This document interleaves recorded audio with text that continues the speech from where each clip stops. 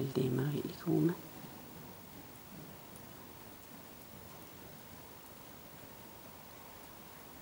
Det er den bedste halvparade, jeg har set dig lave, Trav, Morten. Det du gjorde der, det var bare helt rigtigt. Ros ham for filen da. Bra.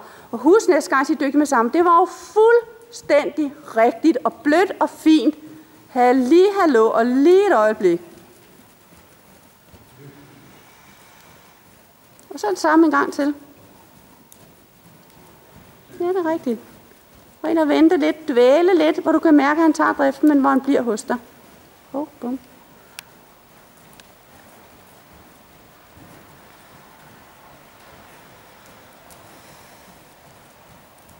Det er bare så godt, det du har gang i der.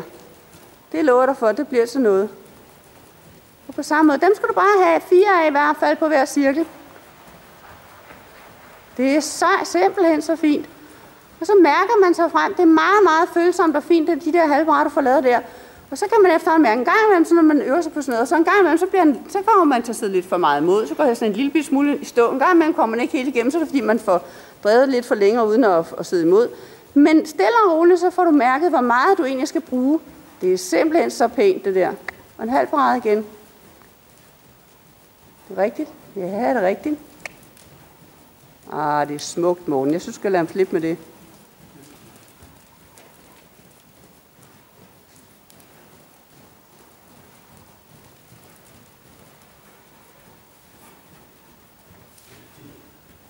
Lige præcis.